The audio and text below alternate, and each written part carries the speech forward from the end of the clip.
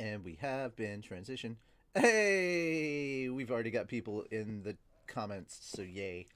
People are watching us live. Hi, welcome to Anime and Stuff, the show where we talk about anime and stuff. I know, we're really genius about the title. Thank you for coming by on Bunny Worship Day, or Zombie Awareness Day, or whatever it is that you like to think of it. I don't have any... If you are particularly religious, happy Easter. If you have a sense of humor, I hope you enjoyed those first two comments. If you don't, well, you're probably at the wrong channel anyway, because we do dark humor here. But yeah, thank you. We're gonna talk about slime.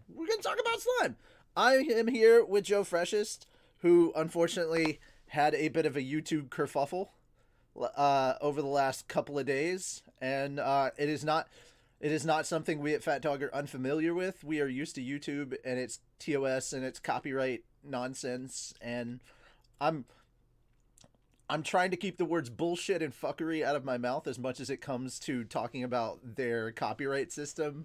We're not a child-friendly channel by any means, so those words are safe. I'm just trying not to get too angry at YouTube's copyright system.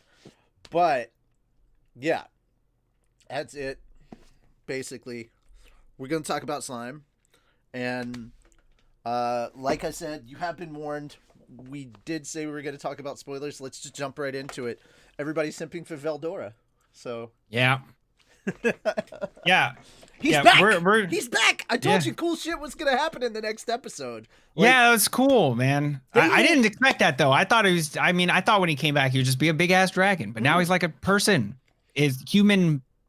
He's a person. I don't know what to call it, he has a human form. He's still very much a dragon. I guess you could think of him the same way as like Milim. You could call him a dragonoid, but he is full dragon. There's a difference between like a true dragon and like what Milim is, where she's like the daughter of a dragon and a human. But I don't know how that works. Well, essentially, kind of in the same way that we did it with Veldora, a dragon can take human form. Ah, okay. Yeah. Got you. Yeah, okay. Of like that. That makes sense. They didn't properly explain it. I don't know if they're going to, but the soul corridor that they talked about with Veldora when Rimuru was doing the whole transitioning, he basically put Rimuru's soul into a double of himself. And then because Veldora is as powerful as he was able to change the body to something that's more his tastes. Oh, so if you're not that powerful, you can't actually change the way it looks? Not without Rimuru's like permission, I guess. I think you'd have to like Rimuru could change it for you, but he just being in that body changed it because Veldora is that crazy strong. Gotcha. Cool. And there are extra skills that Rimuru does gain from what just took place, but just in case they start talking about it at the beginning of next season, I'm sure they will. I don't want to go into it. I think there's a lot of stuff that they didn't mention that they will mention at the beginning, probably for the very first episode. There's only one thing that I will touch on that I don't count as spoiler. I'm hoping that they do establish the amount of time that they're in there talking in the cave, because even in the manga they do it. The next part, if they do it the way that the story has it, Veldora and Rimuru will have a conversation, and it'll just feel like a natural conversation. Like, hey, maybe an hour has gone by. It's been 3 days. 3 days they were in that cave talking. Everybody has not seen Rimuru, and they felt Veldora's presence the entire time. Oh, shit, that's pretty dope. Veldora comes back, you can feel it. It's because Veldora, when he was trapped inside the prison or whatever, everybody knew, there's Veldora, So, like, everybody's got to watch the fuck out. Yeah. Even when he was in the prison, they could feel his aura or his presence. Yeah, and then as soon as he was gone, everybody could feel his absence. And now that he's back and not even in the prison, they're feeling it again. It's like, oh shit, what happened? That's true. I didn't even think about that. That's pretty dope. And people were legit afraid of Veldora, so yeah, man. So it's kind of it is interesting just to theorize. Even though I know stuff, I will go at this from like I will wipe like several light novels from my head at this moment and be like, it's fun to theorize what the consequences with neighboring nations will be now that they know that Veldora's back. Because so many of them had that issue, that same thing. They were like, I can't remember because I haven't seen the first season in a while, but I think that it was very much like that forest area was like under his control or something. Yeah, the Great Jura Forest. Yeah. Yeah, it was basically his shit. And so everyone knew that, and they were like, okay, well, that's like the Veldora area. We don't, and now that he's back, it's like, okay, well, shit. If you think about it like this, most of the Western nations, because the Eastern nations are their whole different thing. It's like an Eastern Empire or something. I haven't gotten to that part. I just know that the Eastern nations have not been mentioned at all. So all the nations that we've had right now, Falmouth, the Dworgen, Inglacia, Blumund, and they've talked about the Thalian nation. Just it was mentioned, but it was talked about. In case everybody didn't get it, Ellen is actually a quote unquote elf princess from the Thalian nation. It's the nation of elves. Mm-hmm. And yeah, I kind of got that. And those are all on like kind of the western side of Jura, and even like thinking about like the places that Tempest does have a good relationship, just suddenly the reappearance of Veldora, how that's gonna kind of complicate things. Rimuru's got a dragon. Like that's it's kind of scary. And a dragon that people are afraid of. So like, how is that? Gonna, so it's kind of cool to theorize that in a way. And I am going to be exceptionally careful with making sure I don't talk about anything in the realm of spoilers past this, because I accidentally had something spoiled to me. Like, as crazy as that, I had something spoiled to me about Jobless. That's like 2 light novels ahead of me.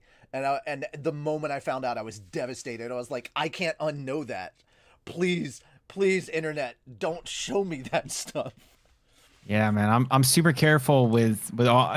The one thing that I can't be that careful with is Tensura, just because everyone's like too the light. Most of the light novel readers for Tensura, they're just too like passionate. I gotta tell you about this, man. I gotta tell you, like I get it. Like I don't get too mad about it, just because it just means that they really like the series. At the same time, I said it was accidental because I was going online to try and find out when the release date for volume 12 of the light novels would be, because I wanted to get it. I have like volume 10 of Jobless is out on Kindle, and I read that on my phone, but like it comes out in paperback either the end of this month or the beginning of next month. I don't know. It's the end of this month, and then volume 11 comes out on Kindle at the beginning of the next month, and I'm just trying to find out when 12 is, because I want to pre-order it, because oh man, like the way that the writing and everything is done and how they swap between characters, it's really interesting. I will always say go check out the light novels for Jobless, even if it's just the stuff you've seen already, because they do they change between the different characters, so you get to see like just the train of thought from Zenith's perspective during the whole Rudy talks to her, so that part where his dad cheated and now he's having 2 kids.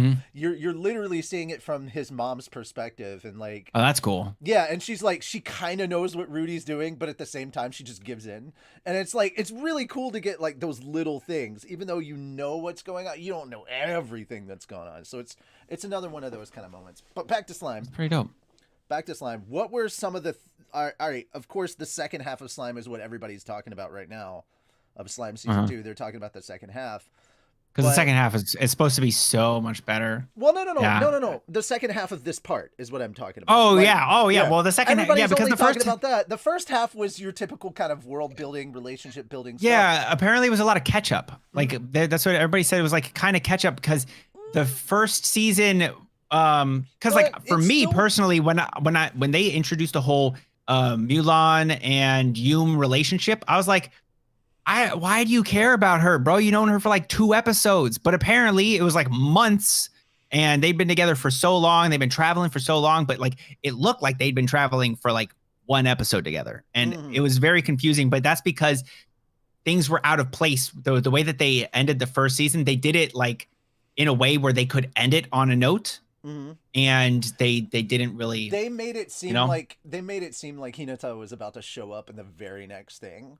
Like how they ended it in season 1, like they were just gonna skip to Hinata showing up, and then they go to, and then with season 2, they kind of follow a little bit more of the story of how the light novels went. Where in volume 4, it's a lot of what we saw in the beginning of him going to Dworgen, him establishing friendly relationships with Urizania. The beasts. Yeah. Yeah. The only reason I remember the name Urizania is because it has Euro in it. I'm like, oh, Europe. And then it's like if you took Europe and Tasmania, Urizania. It's the weird way my brain works that together. I don't even know which one's Eurozania. Is that one the Beast Kingdom? That's the Beast Kingdom. Oh, it's the kingdom. Oh, okay. Okay. Well, yeah. Urizania is the name of the nation where the Beast Kingdom. It's basically the new parking lot that Milim just made. Yeah, I was gonna say, like, there's not really much of a Eurozania now. No, so. not anymore. Yeah. But a lot of that will kind of play into each other, and it will kind of feed into each other. The most I can do is give you, like, if you want some more detail about stuff that we've already got that isn't necessarily spoiler, I can give you that. Like how we talked a little bit about what the primordials are and why that's important. You know. Yeah, it's not I was told about it. Yeah. Yeah, I was told about it already, like back on the channel. They told me like the primordials are like I think they said those seven yeah, and they're like basically the original demons. Yes, they're the originals. Yeah, that's why they're so strong, because they're the originals. And so they don't have names, they're just they have like colors and stuff like that they so I will say that you are going to meet more, and yeah, I would assume so. You're gonna meet your next one in the second half, and it's gonna be really cool. And that's basically it. Yeah. So we'll have at least met 2 of them. You'll meet so they're gonna slow drip them to us like one every so often. No, we're gonna have 2 for a while. We haven't met the others, and I'm in volume 10. We still have not met the others. Cool. But we will really soon, apparently, in the night novels, is what I've been told. Okay. But it's really, I think, how they did things in the beginning did kind of fall in line a little bit with where the story was heading. And I'll be 100% honest with you. The way that they handled the fight with Hinata and Rimuru in the anime was actually done much better than how they did it in the light novel. Because they gave you the fight at the end of, I think, volume 4. You get the fight. And and then they finished it in the next one. He told me. He does gluttony. He does the gluttony ability, and you have no idea what happened, because as soon as that happens, you start volume 5, and it's everything that we saw happening in Tempest. It's the other worlders showing up, starting all that trouble, everything going bad in Tempest, and then as that happens, we get all of that. We don't see anybody dying or anything up to that point. We just get like that big fight and everybody showing up and all that. And as soon as the barrier goes up and all that stuff starts happening, they finally cut back to Rimuru and give you the other half of what happened. And it's like, I read through half of the volume to finally figure out how this fight ended. I was so upset.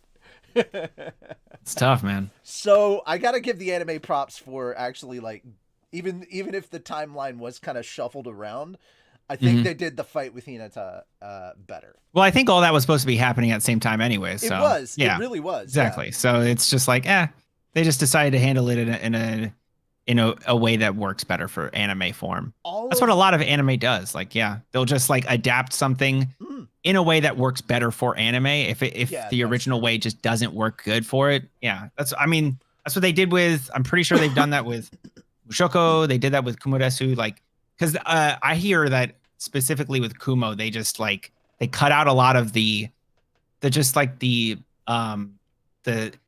got a new skill, you train this, you train that, and so because it wouldn't work in an anime. You're going to spend 2 episodes where she's just training and learning new skills and trying things out to learn new skills. Like it would make for boring episodes, and so they adapt it better for the anime. And same thing. Right. With Jobless, honestly, the interesting thing is that reading the volumes and seeing the anime, not a lot is different. The only thing that's really different at certain points is like they don't necessarily define the passage of time all that well. But in the light novels, now there's only been one thing in the light novels. They describe the passage of time exactly because you're literally getting what's really cool about this is what's really cool about Jobless is we're literally seeing his entire life. Yeah, so you're starting from newborn to wherever the hell he is in volume like 24 25. I don't know where he's at, but I know that. So in the anime, they don't do a good job of talking about the passage of time. Yeah, in the anime, well, there was one specific one, and it was at the very end. As they're in the demon continent, and they're kind of like, it's kind of like a montage of stuff that they do at the end over the credits. And I'm like, oh no, guys, you're rushing through too much content. An entire year has gone by, and you made it feel like 4 seconds. No, yeah, yeah. I thought it was just like a journey to the kingdom, and they were just gonna, but if you look at it, the cool thing about the light novels, and again, I will constantly push this. Some of the light novels will have maps, and in Jobless, you will have a map after the incident. I forget what the displacement incident. It's called the displacement incident. Where they get thrown over there? Yeah, the teleportation or whatever. Like, I now know what happened because I read volume 10. Like, I know that it's a byproduct of something, but I'm not going to talk about that at all. Good. But, essentially, they start in the demon continent, and they're in the very northeast, and they have to head all the way to, like, south central eastish to get to the port city, so they can move from the demon continent to the Millish continent. And yeah, it's a whole weird thing. The continents are like a U. They form kind of like a U. You've got the demon continent over here, the Millish continent. You have to go all the way across the central continent is what it's called, and then up into the I forget what the other continent's called, but basically in the north of that continent is where Rudy used to live with his folks. So dang, so he's got to make a whole U around. Yeah, wow. And why couldn't he just go across? Okay, mountains? That's where the dragons are. No, there's a continent up top that's like the angels or something. I forget, but it's like exceedingly treacherous. You have a 5% chance of surviving. Oh, gotcha. And okay. the seas are controlled by the sea folk or whatever. So there's only certain like areas that are open for travel with like the sea folk. Everything else is like sea creature monster kind of stuff. So you can't just go across the ocean. If you could, it would have taken 3 months to get back home. But yeah, because of how they have to go all the way south to the southern continent. Or the central continent, come across and then come back up. It's ridiculous. But yeah, it takes a while, and it just so passage of time is like an issue that is like my biggest issue when it comes to light novel versus anime for both Jobless and for Slime, because I don't feel like they do that great. But I get that it's an anime. We can't just be like, hey, we're gonna slow down the progression of everything that's happening. Like, no, we don't want to bore you, but like every once in a while putting a subtitle, hey, X amount of time later, so that we have a concept of how much time is passed. Yeah, I don't understand why they don't do that. They're just like 6 months later. It takes like 3 seconds. I mean, case in point, Endgame did it really well. All it took was a few seconds, and they just put 5 years later. And just that text alone had so much impact. Yeah. So, I mean, there are ways to do it. But yeah, going back to Slime, what were some of the really standout parts for you, man? For me, oh, we have more time. I would say mostly the end stuff, because the beginning, like you said, it was more world building, establishing connections and relations between cities. But there was some seeing seeing the way that Clayman and Milim talking, like, even though I didn't know exactly what was going on, but you could see that Milim was upset about something. I still don't know, and I will find out in the next one. You definitely will. You definitely will. I'll find out.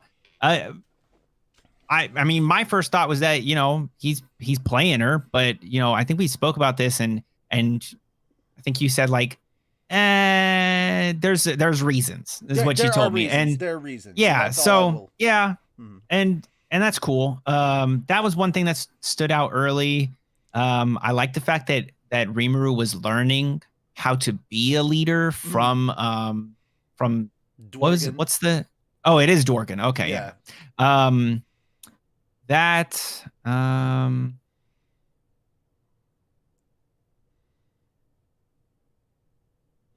I mean, if you liked the action in this first half, you're gonna love that there's a lot more coming in the second half. oh yeah, I'm There's sure. still gonna have to be prep and everything because you can't just jump right into action without like Mhm. a plan.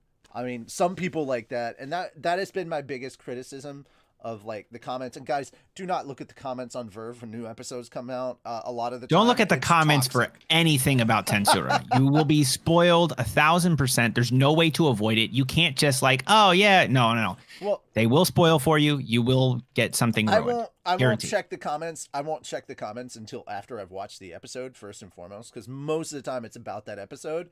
But there is a spoiler tag, and a lot of the people, especially early on, like when in the first hour, will actually use the spoiler tag. But it's mostly a lot of it. If it's not an action-packed episode or people don't feel like a certain level of something, it's just they trash the anime. Oh, this whole episode is crap, and I'm like, no, it's not. There's an important reason for this episode, because if you don't have this episode, then the stuff that comes later doesn't have as much of an impact.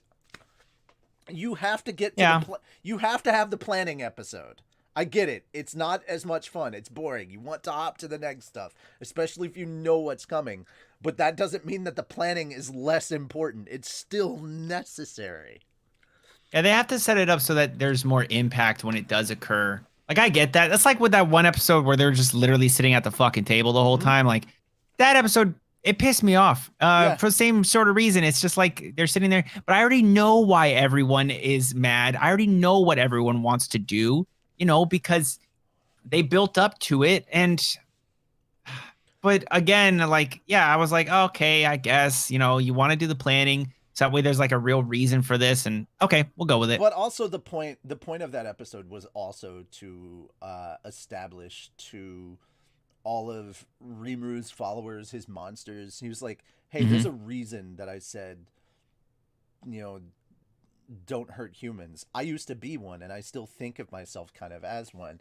And like that revelation, not only that, but when he finally saw Shion and just the whole inner monologue that was going on, like there's so much interesting character depth that's going on with Rimuru this first half of the season so far, of like, am I actually becoming a monster because I can't cry in this moment? Have I, you know, do I have like a monster's heart? Am I just cold-hearted now? What has changed in my thought process from when I was human to now?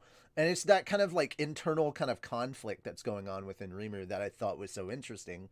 And even though I don't think the anime is doing it quite as much justice as maybe the light novel did, the fact that they still kept that in there, I felt was very important. And that, again, led towards some of what was being discussed at that table.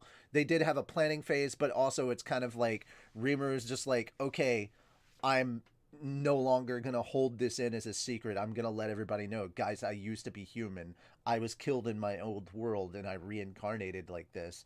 And it was also a testament to everyone around him that they were like Gobta, I think, said it first. He was like, Rimuru, you're still Rimuru, right? And he's like, yeah, I'm still Yeah. and like I felt that kind of going back and watching it again, you have a greater appreciation. I know that a lot of the time when you first see it, because you're very hyped to see, oh man, I can't wait to see Rimuru kick this person's butt or whatnot. Like that's the thing you're going for, and when you don't get it, it feels kind of less. But when you go back and you kind of, I think if you go back and you just kind of watch it from start to beginning straight through, it definitely fits better when you can kind of grasp the whole picture of what's going on. And I get that the episode by episode format kind of hurt a little bit for that particular one. But again, knowing what I knew when I was watching that episode, and I was a little bummed again because I knew it was coming. I wanted to see it. But at the same time, I'm sitting there and I'm remembering, oh yeah, this is important because of this, and this. There's like this has repercussions for things that happen later, not just immediately later, but things that happen off later. And I'm like, oh man, even though it doesn't feel like it, and this is why I think that Slime has such good writing, both in anime and in manga, that these little moments have do have more impactful consequences down the line. And it's like that in life too. The moments that you don't think would be as impactful necessarily, you're like, oh, this isn't like a big moment, but it may be a lot more impactful to other people around you than you know. Maybe I'm over analyzing. You're getting deep, dude. You're getting fucking deep. Yeah. Is that a haiku volume down there? Oh, there's several haiku volumes. No. Over here. On your screen. Look at your webcam right here in front of the keyboard. What is that? You mean this one? No, whatever that is. Yeah. What is that? Yes, it is. I knew it. I could tell. I could tell. It's actually the original Japanese haiku. Oh, cool. Yeah, there's a place in Texas, back when we could travel. Over in Dallas, there is a store in what is kind of like the Asian district. It was my first time having Korean barbecue. There was like a Japanese bakery. So it was like a big kind of like well, Dallas is a big city, so I wouldn't be surprised. But like it's kind of like specifically everything over there is like the Asian area. It's the outlet mall, I guess, or just like this one area, and then there's like the place where they sell, mostly Japanese and anime specific kind of stuff. So they have like the actual Japanese volumes of comics, and then of course they have the English translations.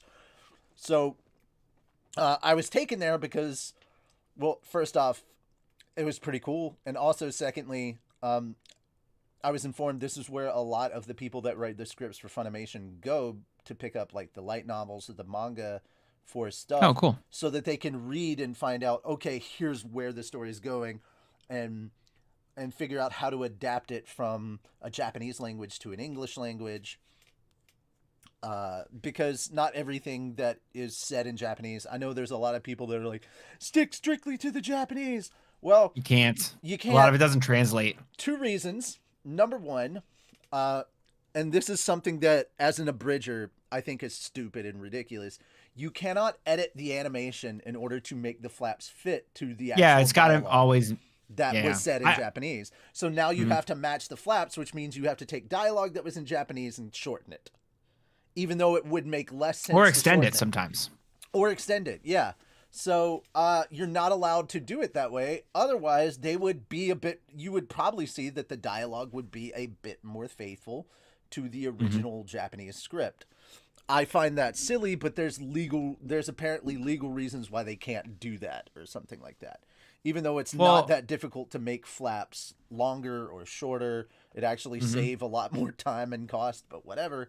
And then secondly, there are phrases and idioms that are used in the Japanese language that aren't used. That's what I mean by it doesn't translate very well. Yeah, there's some things that are expressions used in Japanese culture that we would look at and we'd be like, what the fuck are you talking about? That doesn't make any sense to us. Which is 100% why I feel that Gintama should never have a dub. Gintama is mostly pun-based. Like, it's ridiculous humor. The best way I can describe Gintama is, what if in the Rurouni Kenshin era, aliens showed up and took over the planet? All right. So, Rurouni Kenshin plus aliens with a lot of dick and fart jokes. That's Gintama. In a nutshell. Yeah, I think I tried to watch like the first episode or something. And I was like, dude, this thing sucks. But I was told for Gintama, it takes a couple of, it takes some episodes to get. Not necessarily. It depends on what you're into, because it's a mostly comedic genre, but when it gets serious and it gets action-packed, holy shit, it's done really well. So it can bounce back and forth between genres. So, but like it's 100% silly, and that's the point. It's supposed to be. It's a comedy series. But anyway, but like I said, there's a lot that when it comes over to translation from Japanese to American English, some things will get lost in translations. Puns, especially, don't work quite as well in English as they do in Japanese. And it's the same thing for us. Like, it's the weirdest feeling to think that Ruby is being translated in Japanese dubs. So there's a Japanese dub of Ruby, and I'm like, wow, that's interesting. And apparently there's a Japanese dub of Avatar: The Last Airbender, and I'm just sitting here thinking, wow, these are all influenced so heavily by anime, and yet it's the opposite. So it's so freaking weird. I wonder, is Ruby on my anime list? I don't know. It is on Verve if you watch stuff on Verve, because Rooster Teeth and Crunchyroll have a thing on Verve. So the manga for Ruby is on my anime list, but not the anime, and that's because my anime list has this. Americans are just cartoons. They can't make anime, apparently. Yes, they can. Which is dumb. That's it's silly. dumb. Yeah, no, I think it's stupid. But they'll put up like Donghua on my anime list, and that's not anime. It's Donghua is so different from anime. And oh my god, it's so different, dude. People will think that it's the same, and it's so weird. They put manhwa up there, and manhwa is Korean. That's not the same thing either. Like. Yeah. Anybody who tries to tell me that Tower of God is the same thing as any Japanese manga, I'm like, no, it's not. Very different, dude. And that's the thing. All of those are so different. A lot of the majority of what's on webtoons is manhwa. So. Mm-hmm. Oh, yeah, we're back to a regular. Well, I'm not sure about that. I'm not sure if webtoon is majority manhwa. I know there's a lot of American. Oh, probably. Yeah. I know there's a lot of American stuff on there though. A lot of the really really popular stuff, like, Tower of God, God of High School, things like that. I know all those ones. Yeah, those are. I think Solo Leveling is also. It's not on webtoon. Solo Leveling? I thought that was webtoon. Is that shonen? Well, it is a web comic, but it's not on webtoon. So it's not a webtoon. Gotcha. Yeah, it's on some other website. I don't know which one, which I should know because I used to do like reactions for it. But yes, I definitely always read them legally for sure. The Gamer also is another one that I check out. That's like that. Mage and Demon Queen. I could go on forever. There's something you should check out though. If you enjoy Mushoku Tensei, you should check out the beginning after the end. I don't know if you've read it, but that sounds it's actually American. Okay. Well, the light novels are American. It's written by some dude from California. Gotcha. And the webcomic is drawn by some Indonesian person. So it's technically not a manhwa, but a lot of people like throw it in the manhwa category. But yeah, the writer was very inspired by Mushoku Tensei. So the beginning after the end, it's a very similar thing, except I think it's supposed to be like King Arthur gets reincarnated. Oh. I think, or maybe the person gets reincarnated into King Arthur. I think there's something to do with King Arthur. It's fate all over again. I don't know, but I just hear good things about it, and I gotta check it out at some point for sure. I think that's something you can actually react to. I think it's allowed as long as you read it only on like the official one. I think it's on like Tapas or something like that. I don't know. All right, but that's something I want to check out. You can't see it, but on my shelf back here, I've got all the Scott Pilgrim light novel, or not light novels, the manga, but. Yeah, like Scott Pilgrim was written by. Dang it! There was a silly thing that happened. I have to freaking fix. I'm trying to get opinions on stuff. 5 things happening at once, which is basically my world. If everything I'm working on isn't also ADHD. But yeah. There's a scene that I just wrote for LHA 12 that I had to get kind of looked over by someone to make sure like it was funny and it was okay and blah blah blah. Back to slime though. Okay, so if you could pick we keep 5, on jumping away from it. I know. But it's just because that's the thing. Like I get stuck into whenever I talk to people, like I want to, we plan to talk about something specific and we always just end up so far away. Like I was talking to somebody and we were trying to talk about like because we're trying to think of like making a podcast that's very weekly Shonen Jump sort of stuff oriented, where we'll just like review the different manga chapters on Sundays or something. And we were talking and we ended up talking about like did you read what came out today? Like Marvel and stuff. No, I haven't. I was just because of what happened on Thursday. Like I have not read any of the new chapters. I think there was a skip for Jujutsu Kaisen, which is good. There's a skip for My Hero Academia this week. Okay, not Jujutsu Kaisen. Was there a new chapter for?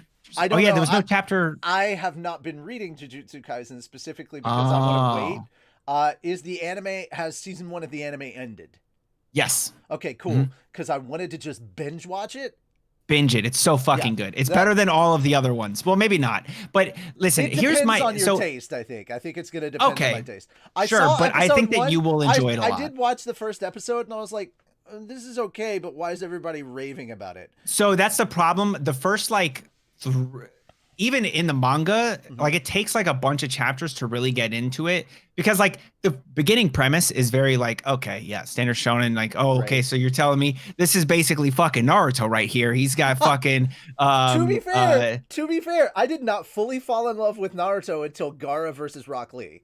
That's when I was hooked. As soon as I saw Gaara Lee, I was like, this is an okay anime. It's got some really good themes. I love the Zabuza arc, that like the whole understory of what was going on with Zabuza and Nahaku and how that ended was beautiful. And yeah, it was good. And like, yeah, we get to the Chunin exams and that's okay. Yeah, the Orochimaru, we get it. Sasuke's the best. Fuck off. But I am not a Sasuke fan. But I don't like Sasuke either, but I will admit that I think that Sasuke is probably the best written character in the series. He's got the deepest character arc of the entire But he's still a series, fucking asshole, and I don't like him. He's still a fuck boy. I hate him. yeah. I just don't like him, dude. But at the same time, he's a great dad. Because he's never there. Yeah. You can't fuck up your kids if you're not there for them. Yeah. All right. He went to go get some milk and some scratchers and a pack of cigarettes. And hasn't been back to Konoha since. All right. But as soon as I saw Gaara versus Lee, like, dude, that was like Rock Lee. Dude, I can absolutely love Rock understand. Lee. I heard you talking about him. I heard you talking about Rock Lee. I can absolutely. The moment when he takes off the fucking weights, oh my god, it's like the most hype moment in all of Naruto, bro. For me, early on. Probably my second favorite anime meme of all time is like guy giving him permission to drop the weights, and the meme is instead of his weights, he dropped his pants. It's like, the weights, Lee, the weights. Put your pants back on. I was like, Drunk Lee strikes again. Yeah, man, it's dude, I loved it, man. But yeah, sure. there's I can understand that. But like I knew I was probably gonna have to binge it. Like, I get kind of the funniness of some of the meme culture, but I don't like JoJo. I watched all of season 1. Everybody's like, well, season 1 sucks. And I'm like, if you can't hook me season 1 does suck. If you can't hook me in the first season, you had a whole season to hook. But the only problem with JoJo's is the first season was written in the fucking 80s. It's trash. It's garbage. And the first season doesn't have anything to do with anything else. When a series was written does not have anything to determine whether it's a good or a trash story. I have read several really good stories that started in the 80s. Hajime no Ippo. Detective Conan. Hajime no Ippo. Okay, well, those are like two exceptions, bro. Because and I'll admit, Moon, Dragon Ball Z. All of that was made in the 80s. JoJo's is also an exception, and the difference in JoJo's and all these other ones is JoJo's changes so significantly from the first to the third. It's like insane, because, and I hate the third. I do not like the third part, because the third part is when they introduce stands. And so you're coming from this idea of no stands to stands exist in the third, but like, I think it's Araki that made it. And he just goes so hard on the stands in the third part. It's literally like 50 episodes long. And the first like 30 episodes are just rinse repeat. and they'll do like 2-parters, but it's the same shit every time. New stand user, and either the stand user is like, they've got some sort of power. Oh, the boys got to come and save the day. Oh, the boys kicked his ass and saved. And during this, the boys, their friendship, it's being tested. But they come together at the end. Formula. Oh, they win, and then they move on to the next city where they meet a new stand. They test them. It's the same shit over and over, and it's so bad. I think that the third season, for me, second season is really cool just because it's one of the best JoJo's. Okay. Who's also in part 3. And he's my favorite character in part 3 as well. I don't think that part 3 is very good until they arrive, because their goal is to go from Japan to Egypt for a reason. Okay. When they get to Egypt, it's fucking good. Like the last 15 to 20 episodes of it, so good. Iconic, dude. Some of the most iconic panels of manga and most iconic moments. I wouldn't say it's the most iconic moments in anime just because the anime is not as old as the manga is. The manga's from the 90s, I think, the third part. Mm-hmm. It's so fucking iconic. And so many panels that you'll see in manga are specifically drawn and replicate JoJo's. Okay. JoJo's is iconic as fuck. So the third season is where the whole thing changes. So you literally can't, the first 2 seasons, they have almost nothing to do with the third season, aside from the villain in the first is the same as in the third. And the JoJo's, they're just a bunch of kids of the previous season, basically. Yeah. But the third season is where it changes. And I personally like the fourth better because I like the villain there, and the fifth also very good. But yeah, it does take a while, man. I'm not gonna lie to you. The first season, I hated it. It was so boring. It's so bad. If I give JoJo a chance, you have to give Yu another chance. I can do that. I was gonna give Yu a chance anyway, so yes, deal. Okay. I will say that the reason I praise the dub for Yu, and yes, you're gonna have to get over the fact that technology was different back in the 90s, early 2000s when they were doing this. Mm-hmm. But actually, Yu, the anime was in the 90s, but the dub came out in the early 2000s. But the reason I will push the dub on you is because Yusuke Urameshi is so much sassier. Justin Cook does a phenomenal job. I watched the dub. That's the one I watched. Yeah, and I tried to watch the sub too, and I was like, they both had the same level of interest for me. Mm-hmm. I think that just overall the sound design is not great because it's old, and the video quality is old. There are certain stories that it's nice if you know them when you move into the Dark Tournament arc, but you can just enjoy the Dark Tournament on its own for what it is. What episode does that start around? Do you know? Approximate. Oh shit, I'd have to look it up. Is that the last tournament, or is that because I know there's just a smaller tournament and then there's a bigger tournament. There's the Dark Tournament is broken into 2 seasons, or if you want to think about it, there's the first half and the second half, and the Dark Tournament actually takes up the majority of the Yu Yu Hakusho season. The Dark Tournament series of the series, yeah. The Dark Tournament is the big long tournament, and then there's one that happens much later. That's a shorter one. But so the big tournament's first, and then there's a small tournament. Oh, I thought it was a small tournament then a big tournament. The big tournament makes its way to is what inspires the smaller second tournament. Isn't there a shit ending for Yu?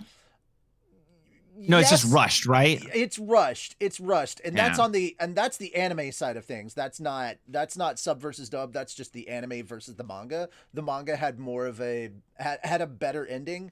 But I will say that the dub does do its thing, and if you can check out the commentary for the final episode, it's just fucking hilarious. Case in point, Justin Cook, you talked about the original Fruits Basket, the old Fruits Basket from back in the day. Mm-hmm. He was the director for that series, so Yusuke is the director for Fruits Basket. So when you think about that, it's kind of funny. And then everybody knows Chuck Huber now as Hiei is a I know a lot of the, by the way, I know a lot of the dubs, voice actor names and stuff, because I used to work for a convention company. So they brought in a bunch of them all the time, Matt Mercer, other than newer ones, especially Matt Mercer and Ian Sinclair and stuff. Ian Sinclair's funny. Ian is also a cook. Ian can cook his fucking ass off. That's why I loved it so much when they cast him as Toriko, and I was like, bro, that's hilarious. You put a cook in a food anime. Yes. But like, yeah, Chuck Huber, who probably is most well known as Shao Tucker from Full Metal, the guy who says daughter plus dog equals abomination. Happy Easter, everybody. But yeah, he was Hiei, and just listening to him and Sabbath and all the others just kind of chat about the episode and just kind of poke fun at some of the silly shit, like the Marlboro truck going by, and you're like, yeah, because they can't say it's Marlboro. Kind of like Devil is a Part-Timer, which, oh, I'm so excited it's getting a season 2. I've never seen that one, so that's one we gotta like hold off on. That's one from this decade. Actually last decade, because we're in the 2020s now. This was the 2010s. It came out 2013, so the audio design and everything much crisper. Yeah, I'm thinking of watching it. I think so. It's in the HD generation. It's like 12 episodes, 12 or 13. It's not a lot. That's one I definitely would recommend that you watch, whether you react to it or you just sit down and chill. And well, one of the things I wanted to do is just react to a new isekai every month. And because like the isekais blew up for my channel. Technically, this is an isekai. It's just a reverse isekai because he's from another world and he gets isekai'd into our world. Yeah. And then he's stuck working part-time in a McDonald's. or I think it's like a Whack-Donald's. Yeah, you know, like how upside down. Yeah, you know how they have to change it so they can avoid copy. It's funny how these animation companies come after us for copyright when we're reviewing or hyping their stuff, but they're like, oh, well, we'll just change this letter somehow, and then we're not doing. I'm like, y'all are doing the same shit. Don't come after us. You're doing the same shit. But yeah, I digress. Again, if I get into the copyright stuff, it'll just be angry Richie rant for the next hour, and we can't have that. We can't have that. I'll be in the same boat, man. You'd be co-signing with me. There we go. Yeah. Sign off on that. Yeah. Okay. So top 5 moments from this half of Slime. What would you say your top 5 moments are? There are so many that are really good. So this isn't my top 5 in my top 5 moments, but I just every time I think about this, I think it was like the first part of it was the second part of it was the second to last episode when Rimuru, I think when Ranga picks up Rimuru and he's like on his face and he's just I love that, dude. I love it. Okay, so the thing is, oh my god, I love Ranga so much, man. That's canon in all forms. That happened not just in the anime, the manga, but also the light novel. So I love it so much. That was an image that they were like, Ranga. yeah, we have to. Yeah, Ranga is the best boy, just straight up. Well, yes, people were like, oh no, Diablo best boy, and I was like, okay, sure, you want to give the best boy title to a person, I get it, but best boyo is 100% wrong. No, best boy is Ranga, best butler is Diablo. Okay, sure, yeah, we've already seen the transformation in that pimped out suit he has. He's already dressed like a butler. I didn't even notice the difference, honestly. When I was watching it, I was like, there's a slight difference. It's Diablo is in effect kind of similar to Gobta, like how Gobta didn't really change. Everybody's like, oh, Gobta didn't change. Gobta is like super fucking powerful. It's like he didn't change on the outside, like how all the rest of the goblins changed on the. He changed on the well, not like that, but like he definitely like his magical count is higher than any other goblins. Like Gobta has some serious shit going on. Yeah, dude, that's why I thought he was going to turn up when he was out there, but obviously he couldn't because the whole magical barrier thing. Like I need to see him turn up. I'm waiting for it because I think that he's really fucking strong and they just haven't given him his moment. And I'm pretty sure he'll get it against like the Clayman fuckers. He's not just the captain of the Goblin Riders. He's one of the strongest hobgoblins out there. Like, dude, Rigurd may be the Goblin King, but Gobta's stronger than he is. Yeah, I'm not even surprised. Yeah. And here's another thing that connects from season 1 to season 2 here.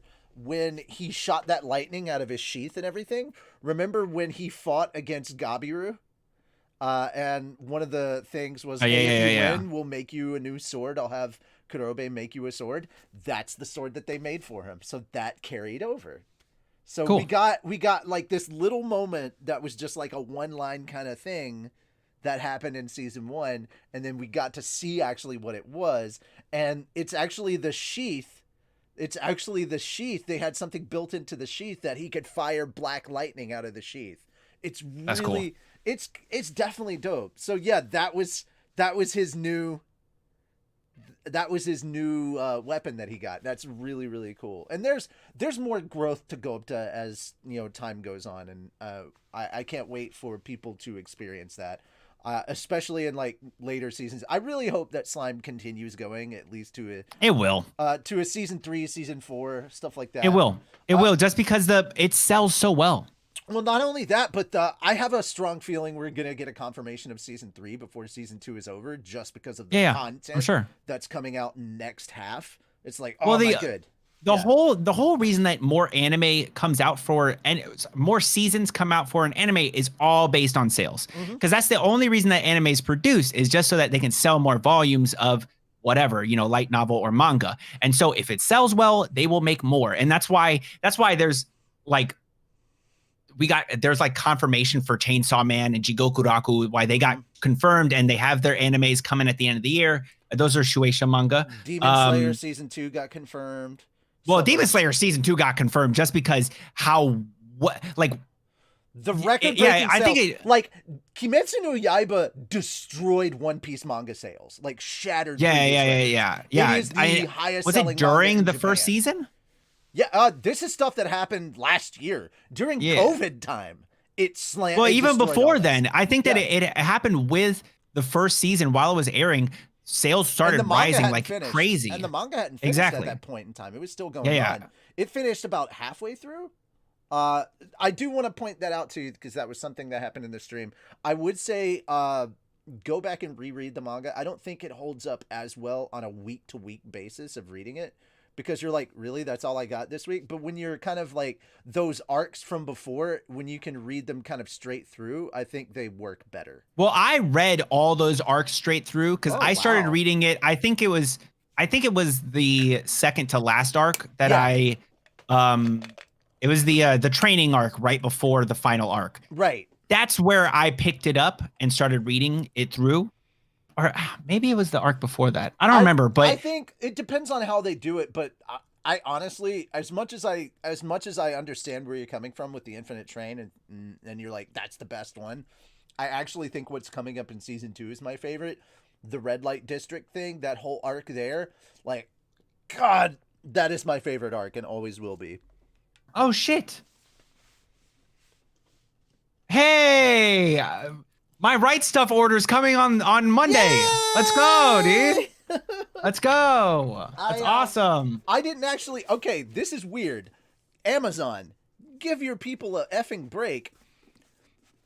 2 days ago, I ordered because I was told that I needed to read the Ruby volumes, that the novels that they released, and I would have a better understanding for some stuff. I ordered it 2 days ago. It came today. I'm like, well, yes, I understand that Easter's not a federal holiday, but are you telling me the post office, like the USPS, dropped this off on Easter's fucking Sunday? Really? I'm like, dude, Amazon, give your workers an effing break. But I guess that's so I'm going to have volumes 1 and 2 of Kumo, and then volumes 11 through 20 of Golden Kamuy. By the way, Golden Kamuy, have you seen that before? I have checked a little bit of it out. I have not watched it all the way through. So good, man. I want to. So good. It's weird. It's really weird. Yeah. Okay. It's wacky. Yeah. It's an odd one. It's probably like one of my favorite anime, and it's very different. It's almost like a food cultural anime, but there's like a mystery deep inside of it, and lots of action and lots of comedy, and it's just weird, dude. It's like a very like The Boys. It's The Boys. I have not watched. I have not watched The Boys yet either. Like no, not like The Boys. That's very different. Oh, okay. No. Okay. I'm just saying like it's an anime for the boys. I was about to say they got baby lasers up in this bitch. No.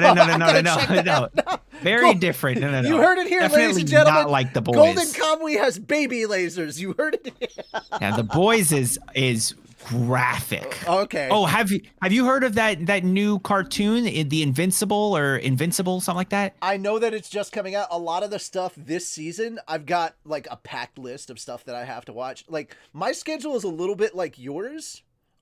in like I have a packed amount of people that I have to, or a packed amount of shows that I'm gonna watch, and I can't watch more than that because I'm also writing and directing and Got that. producing. I get you. And all that, and that's just for the abridged stuff. That's not even talking about all the original content that we're working on. Which, remind me later. I need to send you an invite to our original content server so you can kind of check some of that out.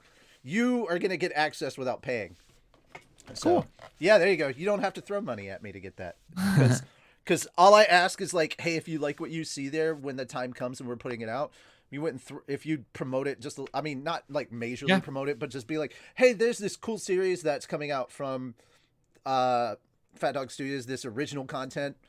Here's some stuff for it. I'll send you like some stuff if you want to share it on your server or your stream, however you want to do it. What's comfortable for you to do. Whenever stuff releases, just let me know so I can actually like read through it or watch it. Are you making an animation or is it like more like it's a motion webcomic with the full audio. Cool. I've never watched a webcomic, so yeah. With the full audio production that you would typically expect from a show. Okay, and cool. It was the first time that I ever directed for somebody was on Infinity's Light, and it happened to be the scariest because I was directing John Bailey, the epic voice trailer guy from Honest Trailers. That was the first person I ever directed for voiceover. So I was already beyond intimidated, but he could not have been the nicest freaking person. Awesome. Yeah. Just a really I'd be down to check it out for sure. Yeah, really good. I'd love to. There is a previous version. We're having to redesign it because we lost our artist previously that we had doing the art for it. So for legal reasons, we had to redesign it because we didn't want to use his art when we didn't have in writing permission that we could, even though he probably doesn't care and he'd be glad to have it used. We're like, we kind of have to redesign it. So, but in a way, it was also better because we were able to go into more detail about like our characters and like the environments and stuff. Like just this one, like we call it Academy, but it's basically like a city-sized academy kind of thing within a crater. So it's basically like 400 square miles in a crater, and we had don't give me too much right now. Well, we had to figure out like the logistics, like how do they get, when it rains it would flood, how do they get the water out, what is their sewage system like. So just that kind of stuff that we had to go into that kind of detail, things that our readers will probably that's awesome never that you know cared that about we it have to go into.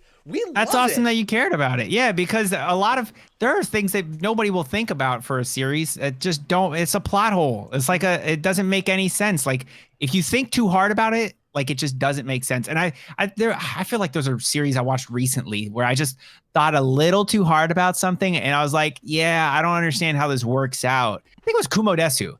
It was like the reincarnation of people. It's like, I don't want to talk about it, but yeah, it was something. And I was just like, if you think too much about it, it just doesn't make sense. If you overthink it, sometimes it can ruin a show for you. Yes, I understand that. Well, not even that it ruins the show. I don't think it was like, well, I don't know what you mean by ruin a show. Like makes it like it takes some of the flavor out of it.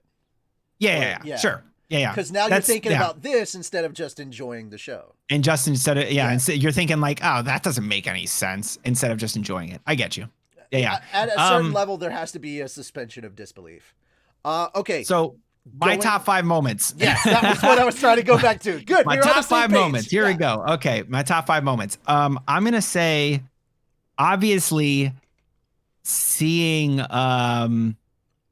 I don't remember his name. I know it starts with an F. The dude, the foul mouth. Yeah, that son of a bitch. Watching him just drop. Yeah, just watching him just drop, and it's just like, and it doesn't mean anything. Catch a laser beam to the head. Again, it happened differently in the light novel, and it was kind of more terrorizing in the light novel than but it was funny in the anime. And I was like, in the anime, see why they did it this way. Because in the light novel, it was a closed tent, and you didn't know that Fulgen was dead, right?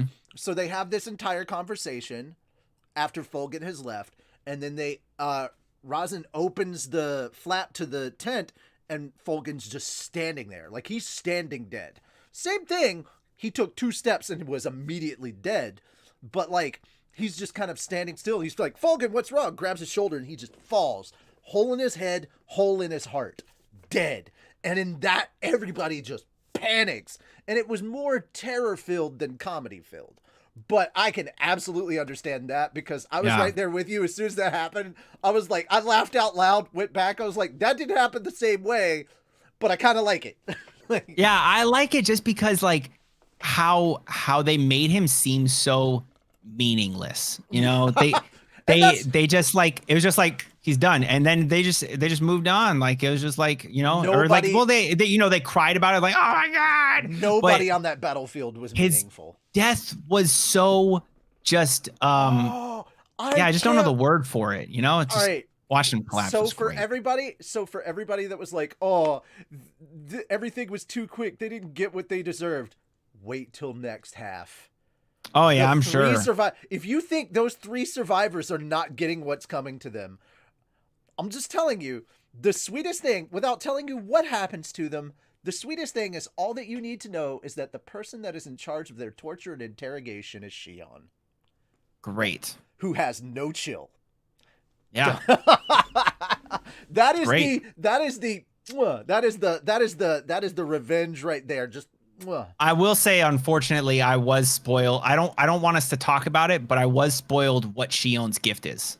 So that kind of sucks. That I got that spoiled for me because I'm sure it'll mean really something in the next. Even I don't know. Even I don't know what all their gifts are. So I mean, well, yeah, I just know that one. I don't know all of the gifts. I just know really hers. Funny. Yeah, it's really funny. And yeah. But anyways, okay, that's the one spoiler I got. So number 4. I don't even know if that was number 5. It could have been higher on the list, but that's just the first thing I thought of. It was so great. It was so obviously wonderful. Watching Veldora come out, that was so cool. Because like I've been thinking of Veldora for, you know, who doesn't think of Veldora in the first season? You're like, man, dude, imagine how much easier it would be if Veldora was there. We've been thinking about this because from an abridged aspect, you know, our Veldora, like, oh my god, what Hawk did with that voice. He's got him, you know how kind of like Dr. Claw would sound back in the day in Inspector Gadget. I'll get you next time, Gadget. You know, that kind of a voice is what we had going for Veldora. And then as soon as he shows up in human form, I'm going to be like, okay, drop all of that, use your natural voice. And he's going to be like, thank God, because we had to break his recordings in 2 because it was hurting his throat. Oh yeah, that's bad. Yeah. Yeah, those things that's tough. So that's definitely one of them for sure. Oh yeah. Veldora showing up is like, yeah, that's so cool. And I like the fact that he's all like I'm you know, he's like he's just like, anyone that gets in my way, I'm gonna kick your ass. Like I don't remember the exact wording, but he's just like he's so badass. You know, he definitely has kind of a little bit of an All Might personality to him. Like he shows up and he's just like, I am here. Like, yeah, very much, dude. It's great, man. I loved it. So that's definitely one of them too. Hakuho,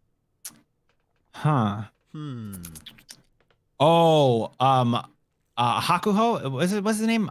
Haruko? You mean Hakuro.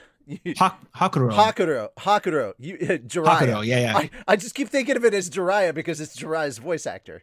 But really? Yeah, it's the same voice actor that doesn't Jiraiya in Japanese. But dude, Hakuro.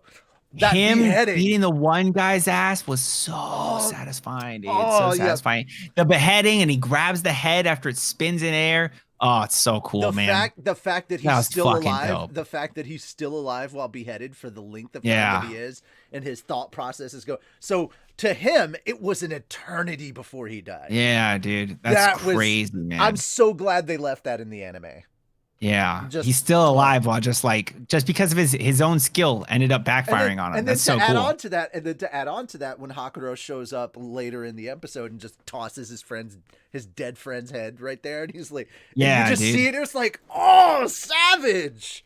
Yeah, great. That was awesome. I was so glad that the anime lived up to a lot of what I read in the light novel. Yeah, well, that's one thing that I found. I heard that like. It's a lot more brutal in like maybe the manga or the light novel, much more brutal.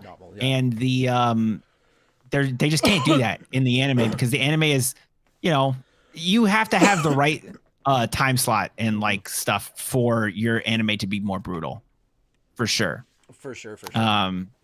But yeah, a beheading, I was surprised as fuck. I was like, what the hell? You guys can't do that. Again, in a way, but it wasn't very like bloody or anything, you know. They did it in the way that like. I guess like how JoJo's does a lot. When JoJo's is like gory, they just like smudge black Again, everywhere. not the first beheading we've had in the series, because we'll remember the boss of the direwolves got his head struck clean off. Ranga's dad. Oh, yeah, I don't remember that. I don't even remember that. Ranga's That's been a while. dad. Yeah. Oh yeah. It was in the very beginning. Yeah. But he took the direwolf alpha's head clean off. But it's gruesome for slime. Like that is like hardcore for slime. Yeah, for sure. That's one of the moments.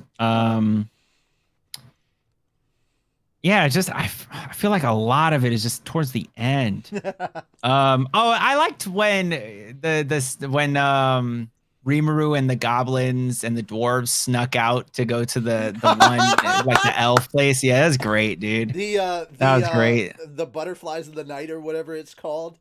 Yeah, that was awesome, man. Loved that. The whole and then they get caught and it's like, oh man. Gopta's doing a one-arm handstand trying to balance some drink. Like, and the owner just constantly teasing him, and he's got like blood coming out of his eyes, his mouth, his nose. It's like, poor Gopta. Yeah, man. That was great. I loved that. And they made them sit all Seiza style on their feet. Like they were being punished. It's like, oh my god. Yeah.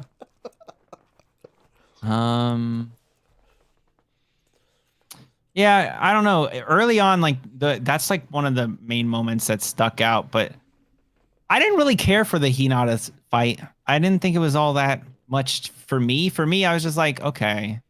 I can because get that. because I wanted, I don't know, man. I just have like expectations for Rimuru to kick everyone's ass, and so that one was just like, at that point in time, he's barely stronger than Hinata. Like don't underestimate Hinata. For sure. For being just a human, she's unbelievably strong. But again, this was only round 1. Yeah, and because he's leveled up so much. Oh god. What did they say? They said he went from how much magicules to how much? Like it was he has 10 times the amount of 10 times as much. Yeah. That's crazy. So basically he went from kind of Clayman's level to Milim's level in a way. Wild. Like, yeah. Because remember when Milim first showed up, he's Great Sage commented the fact that she had 10 times the amount of magicules that he did. Oh, I don't remember that. She wasn't even being serious. So even now, he's still not even there. Yeah, he's closer to Milim's level, but he's not there. But for sure, he's there. He's definitely, and I can't wait for season 3 because we're gonna get to meet more new characters and stuff like that. And there's some really cool action pieces that are gonna go on. But again, there's a lot of good hype coming in the next half that's gonna be fun. And I'm kind of curious to get your thoughts on where you think things are headed. Like, I'm not going to confirm or deny any theories that you have. I just want to hear your theories. Off rip, we're going to have more. Veldora doesn't need anything explained to him because we saw that at the end of the first season, he can watch everything. You know, he's been seeing everything that's been going on. So he doesn't need anything explained to him. But there's going to be a little bit of catching up, you know, between him and Rimuru for sure. That's one. That'll probably be the first thing, obviously, since that's where it left off. Yeah, yeah, true. There could be something else, but that's what I would think is the first thing is that there will be a little bit of catching up, a little bit of like, I don't know. And obviously Veldora is going to have to be introduced to the rest of Tempest because they're going to be like, oh, that's Veldora. Like, I don't know if you know that, it's Rimuru, but Rimuru's going to be like, yeah, dude, that's my brother. Like, what? All I can think of is like Milim round 2. Remember when they had that big thing for Milim? She's like, this is my friend Milim. He tamed the demon lord Milim. Yeah, all exactly. praise to Rimuru. And then it's exactly. Veldora. Exactly. Yeah. So that's going to be something. I don't know how early they're going to start taking over Foulmouth, but that's got to happen. So we'll probably have, I guess, the interrogation and punishment, all that stuff of the 3 humans. And then that will lead into the Foulmouth stuff. I don't know necessarily if they're going to show like the interrogation and stuff in the anime because it's pretty freaking gruesome. Okay, then yeah, they might tone it down or just maybe skip over it and They just may show like skip sort it. of aftermath-ish of it. I mean, Um, they might show the aftermath of it. What just got released in the manga was showing somewhere in the aftermath of it, and we actually got a little bit of some of Diablo's new skills explained, and that was kind of cool too. cool. I'm I'm really sure that hoping they we covered need that. Yeah. Yeah, I think that we'll get, because they didn't give us any explanation on Diablo. They just named them and then we just moved on. So we need some more info on Diablo. We need some more info on Veldora. We need we're gonna have the ascendance of Yume to the throne in Foulmouth, I would assume, since new that's king. kind of new king of Foulmouth. And then maybe I'll start calling them the Falmouth. They technically, but for now they're still foul change. mouths. They do technically change from what I remember the name of the Oh, okay. It's not called the Falmouth Kingdom. It's called something else now. I mean, Falmouth is still in it because it's the country of Falmouth, but they don't call it a kingdom. They call it like something like it gets a rebrand essentially. Cool. They give it a little bit of a rebrand. Well, they won't be foul mouths for me anymore. But yeah, that's gonna happen. And then the plan is gonna have to start getting put together for Clayman. Oh, maybe some Milim stuff, because Carry On, Milim, and what's going on with them. Sure, that's gonna have to be brought up again. But yeah, so that, and then the planning for Clayman. That's my thoughts. I don't really have anything beyond that because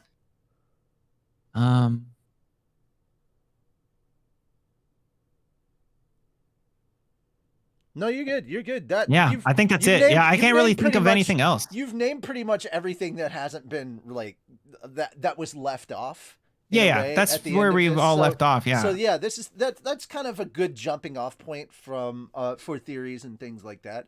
I didn't know if you had anything any more in depth, but I don't think so. I mean, as just general theorizing, yeah, I think those are all good theories to go from where we've had things in the anime so far. So from where things have left off at this point, I am going to do one thing different than you. I am not going to watch Slime Diaries. I don't want to, I'm like, give me my actual story. Don't give me this side nonsense. I was one of those ones that like, haha, yeah, they did an OVA about like butt wrestling. And I was like, even if it was the girls. Oh, I didn't watch any of the OVAs.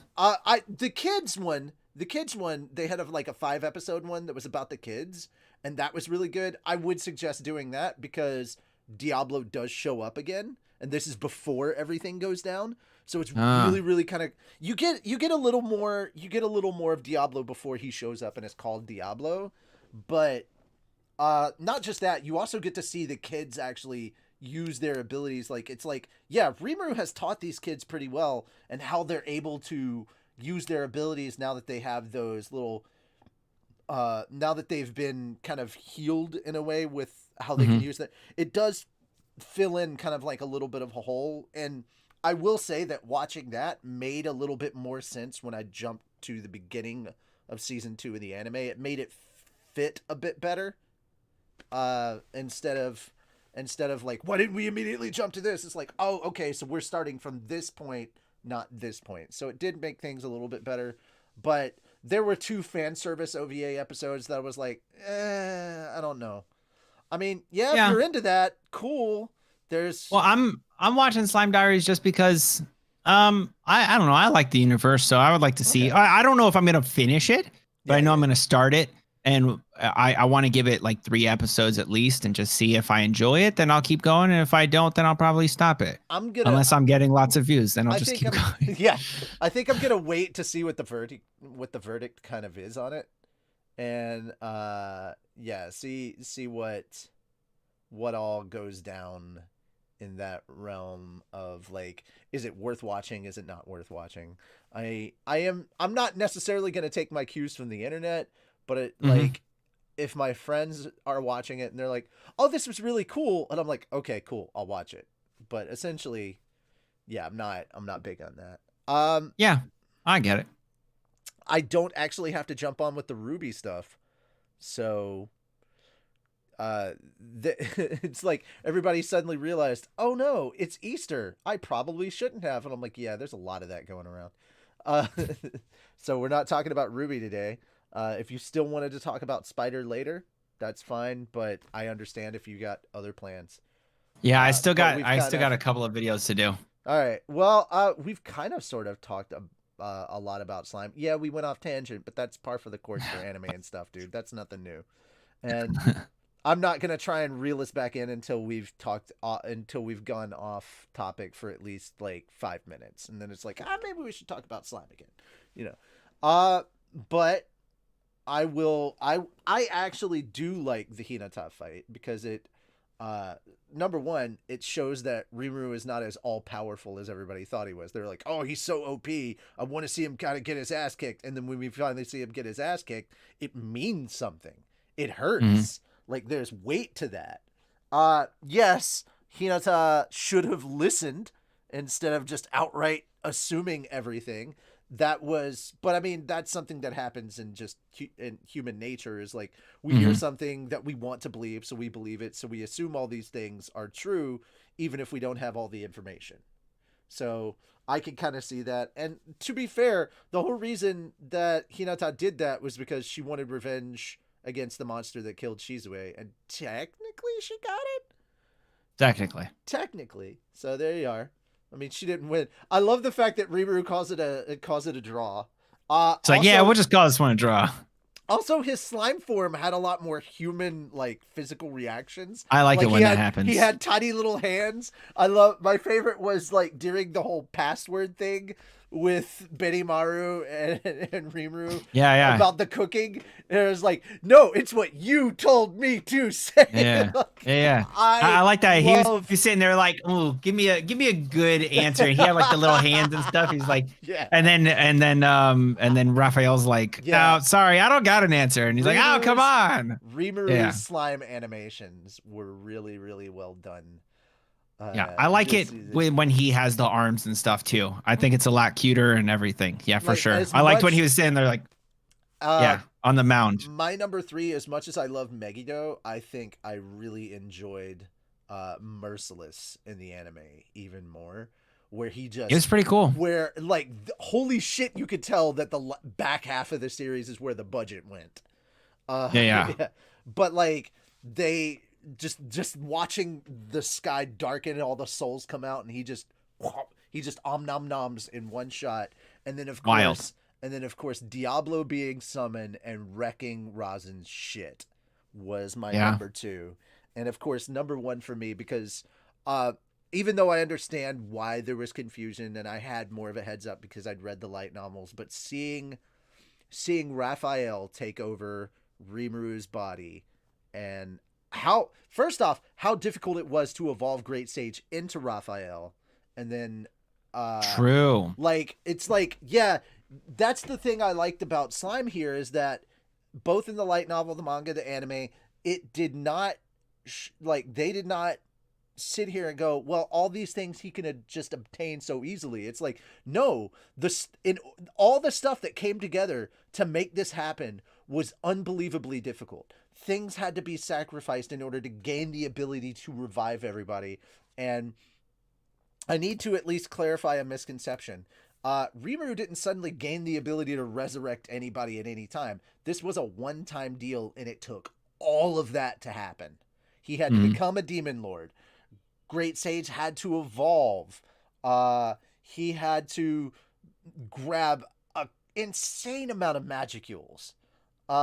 Great Sage basically had to take over and handle the majority of everything. And it was ridiculous how difficult it was to not only make sure that he had all the souls, but that the barrier was up to keep the souls in. Like, there were a lot of like little things that had to add up in order for this to happen. And so that's the thing. I see people going, oh, they're all resurrected. No, there's no consequences. It's an ass pull. And I go, no. And they tried their best, and I understand different medium with the anime to try and explain, hey, this is not an easy thing to do. This is a one-time, could not happen again without very, very specific circumstances. but they kind of really slammed that home in the light novel. They're like, hey guys, this shit is difficult and it may not work. Like, so they do that, and I think they did a pretty good job of telling that in the anime, and that's also one of my favorite parts, is to be like, hey, they pulled off this resurrection even though it was ridiculous. And yes, it was Pi before he became a demon lord, but even after a demon lord, that doesn't mean it jumped to 100. It was basically a 50-50 at that point. I don't remember what the specific number was. I don't know if they mentioned it in the light novel, but it wasn't 100%. Like, there was still a strong chance that it could fail. So that's the thing that I like about how they went about doing it in the anime, and just like the storytelling of Slime, is that nothing's ever handed to you. I've watched so many trash isekai where people get shit handed to them. I've often joked about the fact that Smartphone, the reason people don't like Smartphone is because it's basically Konosuba without Aqua there to ruin everything. Like, what's Smartphone? Another isekai? Yeah, it's another isekai. It's in a world with my smartphone. It's the same isekai harem nonsense that you see. It's just this dude has a smartphone. God basically lets him keep his smartphone because he was accidentally killed. And so he goes into this isekai world with a smartphone, and his smartphone is like the reason he's able to be OP. I can see that. Yeah, I mean, and again, there are kind of, again, if you don't think there are consequences to everybody being resurrected, there are. Now, when I say consequences, I don't necessarily mean that as a negative thing. Consequences are the reactions to an action, so they could be either positive or negative. It's just that for a large portion of time, I was brought up with the idea that consequences meant something negative, but I had to learn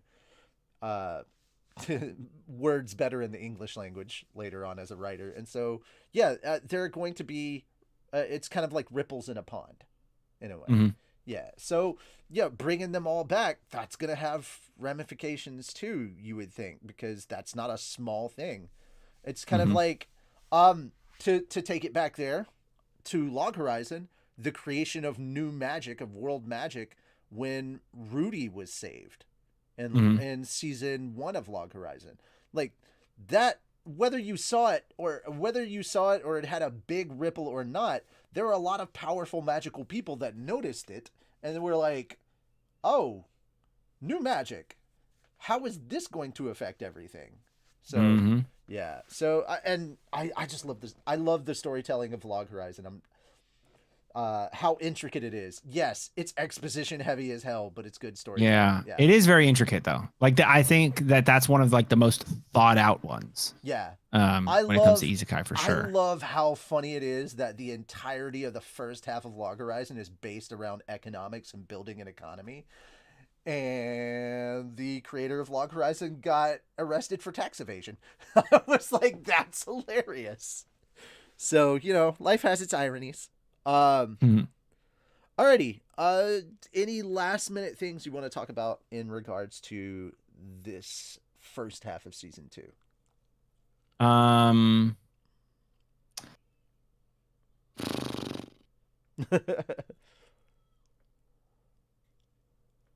lot of the stuff that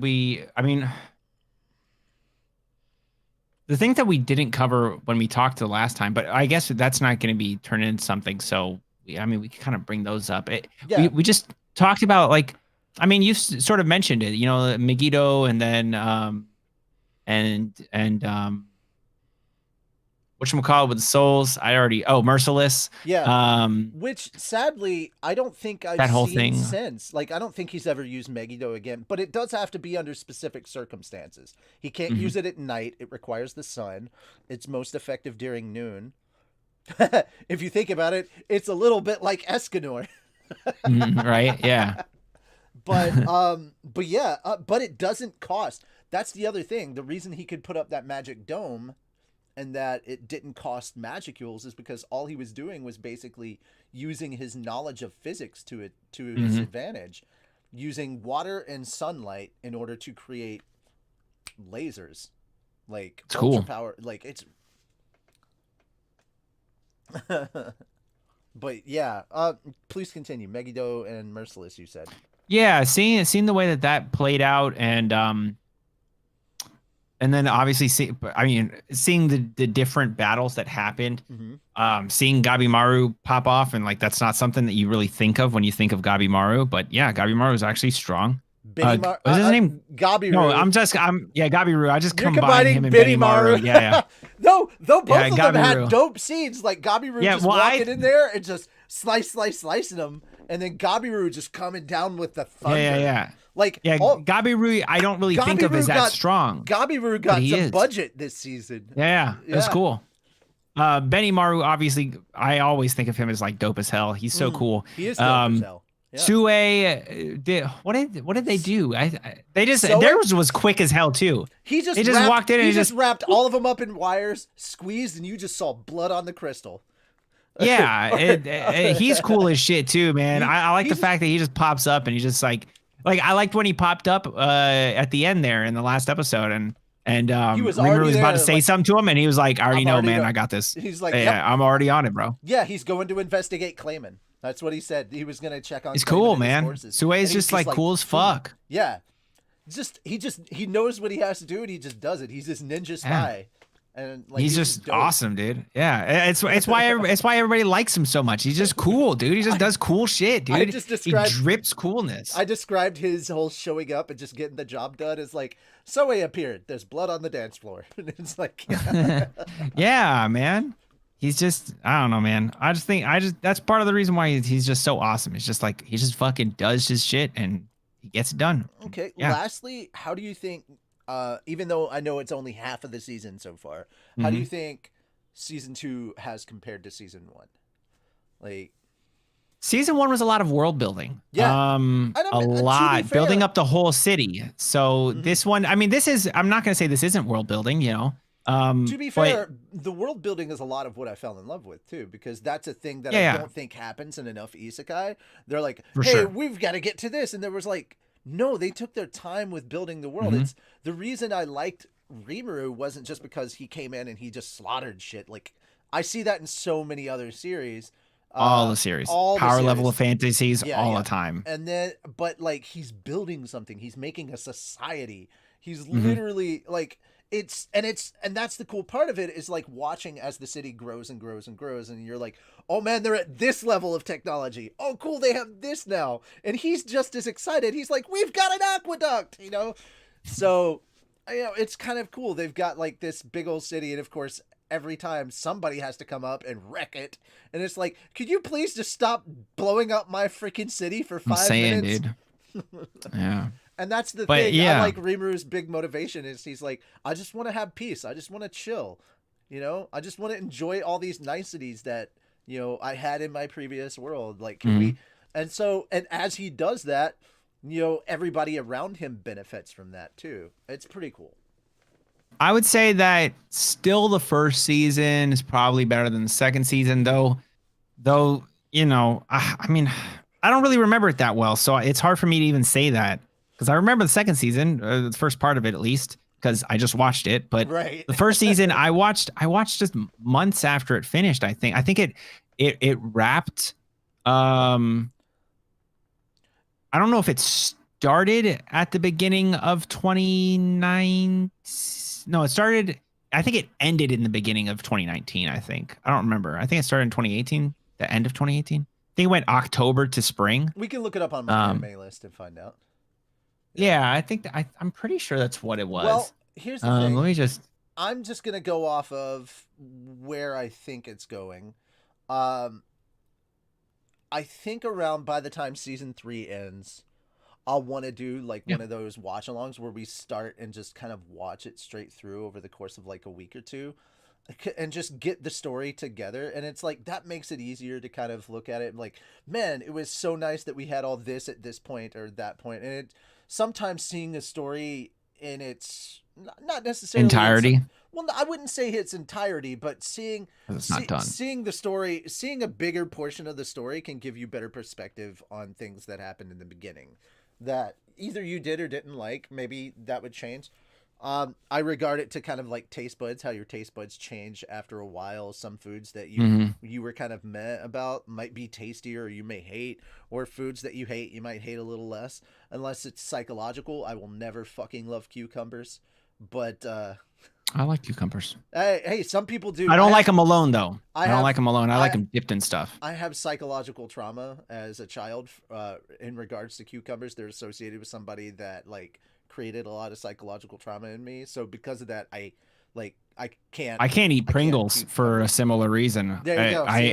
I had like I don't know what happened, but one day my stomach was not agreeing with Pringles, and now I associate the taste and even the smell of Pringles. Like I cannot be around the smell of Pringles. It just makes me want to vomit. I do not like Pringles. It's again, that's me with cucumbers. Even though I know there's nothing wrong with them, I know how good they are for me and stuff like that. I just can't. I just can't. And I know Pringles taste good because I've had Pringles in the past and I've liked Pringles, but after that day, I just cannot do Pringles. So yeah, I get that. I get that 100%. Yeah, taste buds change over time. Yeah, like I used to hate tomatoes, and tomatoes are nice on stuff now. Oh yeah. I mean, I like you can take a slice of bread, put some mayo on it, and just a couple slices of tomato, a little salt, a little pepper, boom, fire. Thank you. And it's the easiest sandwich ever, dude. Easy. And my friend Ryan told me about that. You just put some salt, pepper on. Oh, dude, it's so good. Like you could just eat tomatoes on their own that way. Oh yeah, so good, man. I will take sliced tomato, sprinkle a little salt on them, throw them in the oven, and have like sun dried tomatoes after a couple minutes. There you go. Yeah, it's good stuff. I didn't even think of that. Oh yeah, man. All right. Like, and I used to hate olives, and I still don't like olives, but like I'll eat them and stuff. They add like a unique flavor. Which is funny because if you like pimento cheese, you get a little bit of olive, but it's mixed in with everything else. I will tell you that homemade pimento cheese, whole different animal from store bought. Like, oh my God. But you'd have to get the pitted olives with the little pimentos in there and slice them up. But it's like balancing mayo, cheese, sugar all together with like your olive and stuff like that. And it's like if you want a sweeter one or if you want a kind of a little bit more sour, and like how you prefer it. I don't think I've ever had that cheese. Homemade pimento cheese. Well, what we did was we took like a block of Velveeta and just shredded that. I'm not a fan of Velveeta. You can grab whatever type of cheese you want. It's just of course. But like get a block of whatever cheese, shred it in there, however you prefer it, and that's essentially. Well, I mean, it's technically cheddar cheese that you would technically use for pimento cheese, but it's like it's up to you. Or if you want to just get the shredded store-bought shredded cheese, I guess you could do that too. I don't know. I kind of enjoy the fun of making it in a way, but again, that's my. But yeah, like I said, your tastes for a show might change over time as well once you've got more of the bigger picture, and you can see how some of the stuff that you didn't necessarily get the first time fit into the overall into the overall picture. Like Veldora is important, but how important Veldora is in season 1 compared to maybe like season 4 is a whole different thing. Oh yeah, for sure. Yeah. So because I mean, in season 1 you don't even think that, like, I mean, that eventually he's gonna come out, but you don't think about it really because there's such a large span of time where he's nothing. He doesn't really matter to the story. Nobody talks about it. Nobody watched the first 2 episodes. It was like when Rimuru ate Veldora, they were like, "Okay, see you in a season and a half." Like nobody thought that. Yeah, exactly. And so yeah, I totally get that. Yeah.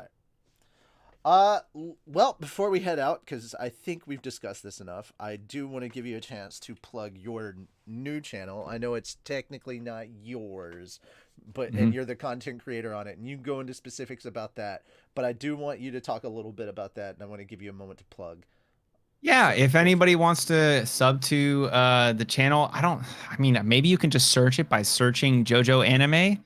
All one word, JoJoeAnime. I'm already subscribed. And I put a comment. I was your first comment in your community, so I felt really good about that. Dope. That's awesome. But I will link to the channel in the description. I haven't actually typed up a description yet, so trust me, it'll be there. Yeah. If anybody wants to go and check that stuff, I mean, it's all like I mainly do reaction stuff. Eventually, I do plan on not just doing reactions. It's just reactions worked so well for the channel, and that because they worked so well, I was like, all right, let's just keep going. And then a few series really popped off, and I'll probably do that again just because if it worked well, I want to build and to grow an audience. Growing an audience is very important for growth. So if you find a way to grow an audience, stick with it, grow your audience that way.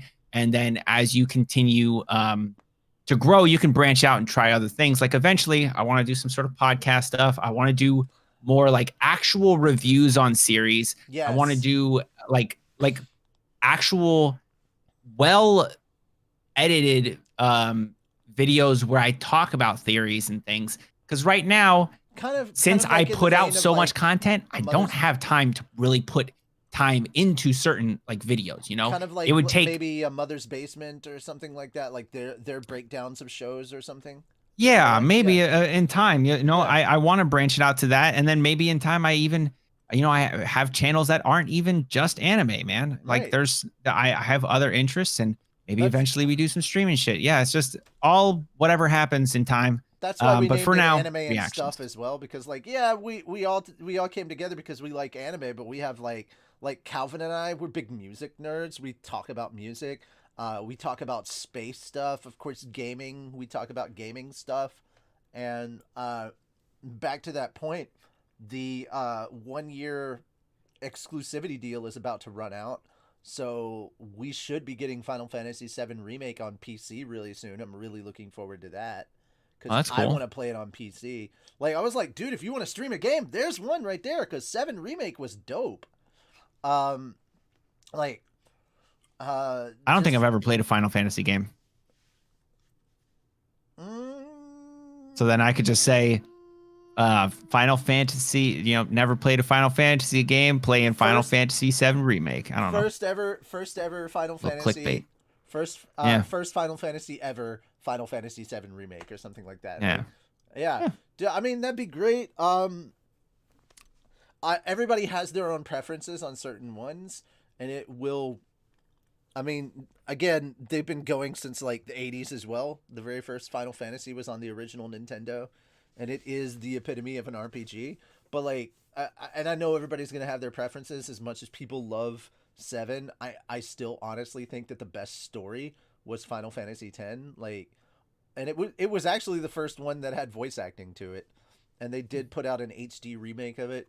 I would say that's a good one to jump into later if you want to jump into that.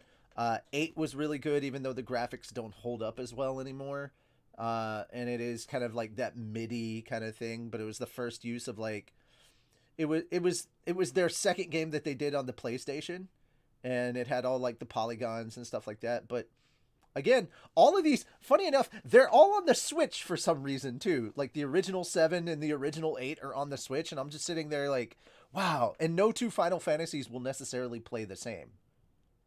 So that's the other thing too, like the setup for how the game is played and the story that they're telling. It's always, even though it says Final Fantasy, new characters, new story, new worlds. There are some similarities. Some may tie into each other. Some may connect. Some may not. Like 15 is just the story of 4 brothers. Well, they're not related, but it's like that brotherhood, camaraderie kind of thing. Yeah, I think I saw some stuff about 15 because it was like so new. Yeah. 15 is the newest one, and then the trailers that they showed for Final Fantasy 16 is definitely more in the vein of like that old school kind of fantasy adventure from like it looks more kind of like medieval kind of stuff. So it's more akin to kind of those kind of fantasy adventures. And yeah, but I mean, you still got like gods and monsters and all that stuff, but it's definitely like Final Do you ever play Xbox games? Story. Yeah. Any sort of Xbox stuff? Yeah. Well, yeah, we could probably keep going for stuff about games forever, man. Like, that's just what I'm talking about. Like, it's like one of those things where I could just video games. Like, that's another thing. I Xbox for pretty much since 2003, 3, something like that. I bought the original Xbox to play Knights of the Old Republic. because I'm a Star Wars I fan. never played Knights of the Old Republic, but I've wanted to, and I think I can. I think I have it on PC. Yeah, I can play it anytime. Knights of the Old Republic and the Old Republic are two different games. First off, they're made by the No, same company. I think I have Knights of the Old Republic. Knights of the Old Republic is its own story. It's not an online continuous game like the Old Republic. But Knights of the Old Republic 1 and 2, I got it for that, and then I got introduced to Halo. And then of course, everyone did. I was in the military. You ever play Fable? Yes. I love Fable. Fable 2 is still one of my absolutely my favorite. Like I've never played Fable 2 or 3 because my Xbox, like, I got when did Fable 2 come out? That was on 360, right? Yeah, 360. And I think Fable 3 came out on 360 or Xbox One. I can't remember. But yeah, the Fable I think it was towards the end of franchise 360. And again, just another series that had. Yeah. Again, I missed out on Fable 2. Pardon me. Bless you. One of my favorite things. One of my favorite things about music is I absolutely love soundtracks for stuff. Like I love the soundtrack for Genshin Impact. Like there's some dope soundtracks in there. For sure. But also there is like the Fable soundtrack. Like just classic, so many different areas in Fable have great, amazing music. Awesome, and I love it. Awesome. And I was so sad. that they didn't do the Fable thing that they announced, where you could have 4 people as the heroes and 1 person was the villain, and you were like setting up all the I thought that was such a unique thing, and to put a Fable spin on it, I was like, dude, that would be awesome. And then it didn't happen. I was very sad. Yeah, well, they're remaking Fable, and I'm so happy about it because I played through. Right? Yeah, I played through the first. Well, I hope that they redo. Yeah, I hope that they redo the second and third eventually as well. But I think that the second is I don't know, man. There are some things about the second that I felt were like very different from the first, and I hope that they redo. I hope they redo second and third, but give it a little more flavor of the first. Case in point. Another thing that I'm looking forward to this year, Mass Effect Legendary Edition. I played the first and are they remaking the first? They're completely remaking the first so that it fits. Oh, awesome! Gameplay wise, not just how it looks, but also gameplay wise, how it plays. They want it to play similar to the other two, and they want it to have a similar graphic setup to 2 and 3 so that it doesn't feel out of place. They also took out a lot of the loading times in the elevators that they had in 1. I loved 1. Yeah, 1 was absolutely a space opera. I think I might have played the second one. I didn't play the third for sure. There are specific things that I did in the second one in order to make sure that everybody survived, because people can actually die in the final mission or the suicide mission if you don't get everything done. And I wanted to save everyone. I've got playthroughs that I've done where I have 4 different characters that I'm romancing, and I have to make sure that everyone survives, because when I jump into Mass Effect 3, I want all my characters to show up, and I want all my romances to carry over. And it's cool. It's like that. It's really cool. Like I want to have the Tally romance, because there was a fan creation. This is why I love playing it on PC. There's a mod community behind Mass Effect, and one of the things that they did was they literally created a fucking proper Tally romance, because the Tally romance that you had in Mass Effect 3 didn't live up to the romance scenes you got with everybody else. So they were like, no, Tally deserves to have a good romance. So they just made one, and like, oh man, it was so interesting. They made like a little side mission specifically for modding Tally's communities romance. are dope. Yeah, I'm loving it. I'm loving some of the silly mods that we have for Resident Evil 2. I have joked around that because of some of the mods, I was like, we'll have to do an 18+ mod run on Pornhub or something, and they were like, and everybody was like, oh my god, we should. And I was like, you can't live stream gaming footage on Pornhub. We looked into it. You can't. Oh my gosh. But we were joking. But there's other ones that are in there. Like you could turn Mr. X. There are 2 patches where his sound design and the music that follows him is all Thomas the Tank Engine, and you can make him look like Thomas the Tank Engine chasing you. There's a lot of Thomas the Tank Engine mods in a lot of different games. A lot of games have those. I think there's like you can turn dragons into it in like Elder Scrolls. Yeah, there's tons of those, man. It's great. We have another one where he chases, instead of hearing like the music that you would normally hear, you're hearing Katamari Damacy, like like as he's getting closer, it's just the Katamari Damacy song. It's super silly stuff, but like it's great. Yeah. Lots But are great, man. that's I mean there are also like specific Halo mods for like specific like Forge games. There's literally you can fly around in the Hornets and try and take out ships and stuff. So it's kind of like playing a giant game of Battleship in Halo, and it's like That's dope. the modding community is dope. And so Yeah.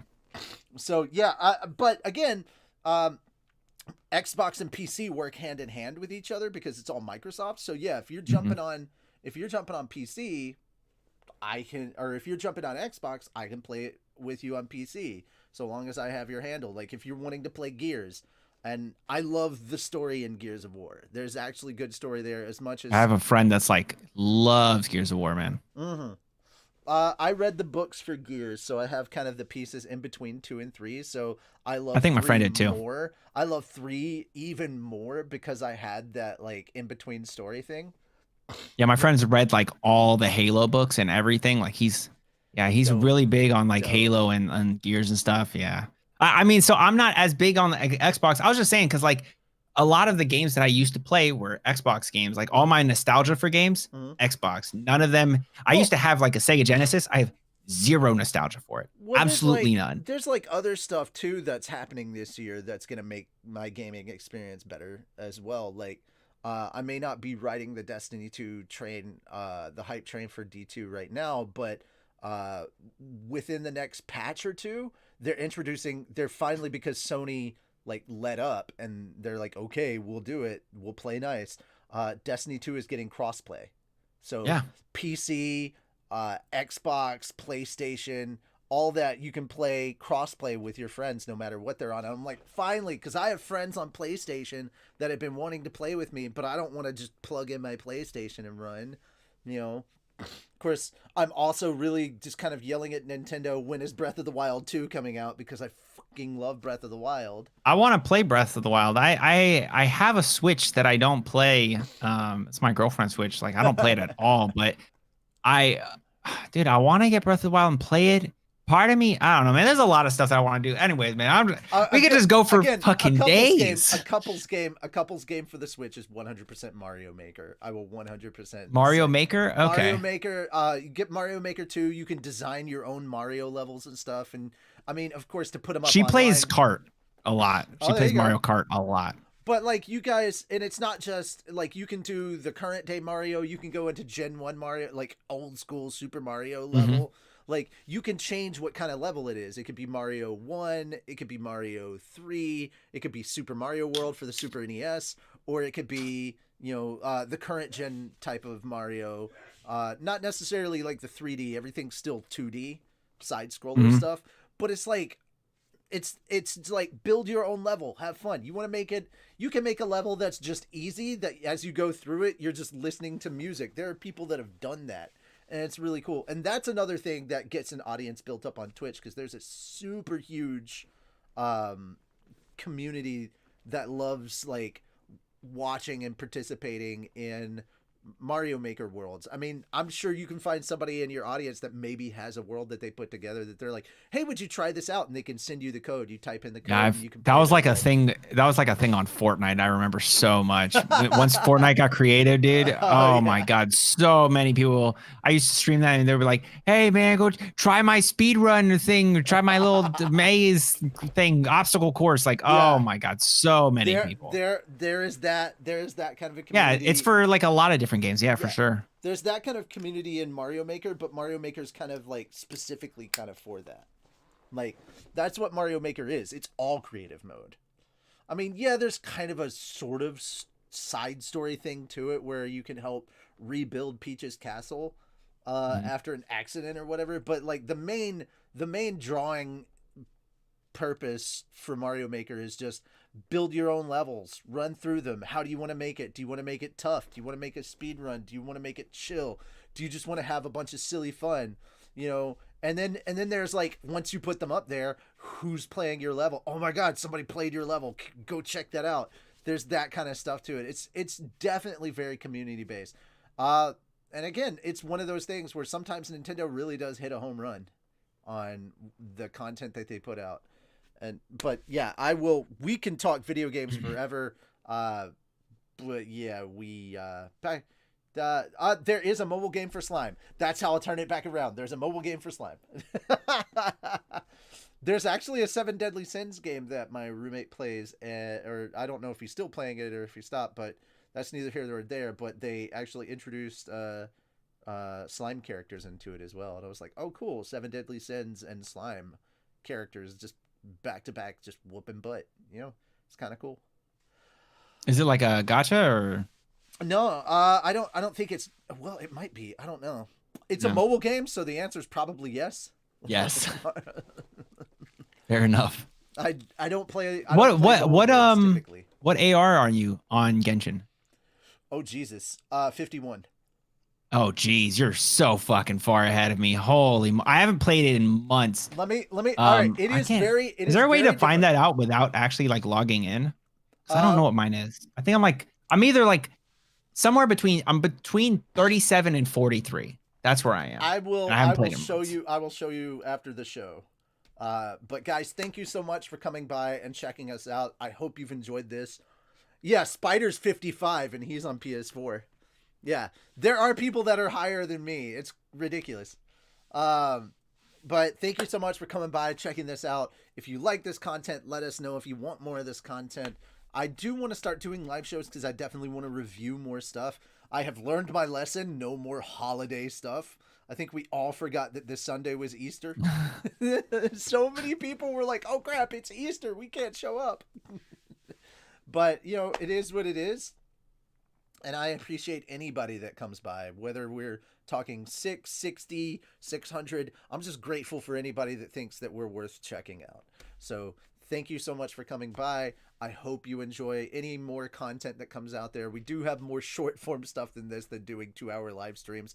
We normally have something that's like in between 10, 15-minute short videos of a particular topic that we found in like the news or something that we wanted to talk about. Well, newsworthy to us, essentially. But yeah. So yeah, if you like the channel and want to look around and see what's what, feel free to do so. But definitely go check out Joe. He is once again asking for your support. That was the biggest thing for me, because as a voice actor, I could do like I could do a little bit of W. I can do Clinton. I could do Obama, and I wanted Bernie because that would have been that would have been four presidents in a row that I can imitate their voices. I was like, man, I would have had so much good stuff, good fun with that. Come on, why couldn't we? All right, no politics there. I just wanted to be like, I can do this voice. You just wanted to do the voice. Yeah. I Yeah. get you. It's gonna be huge. That having been said, though, guys, thank you so much for coming by. We'll see you later. Bye bye for now.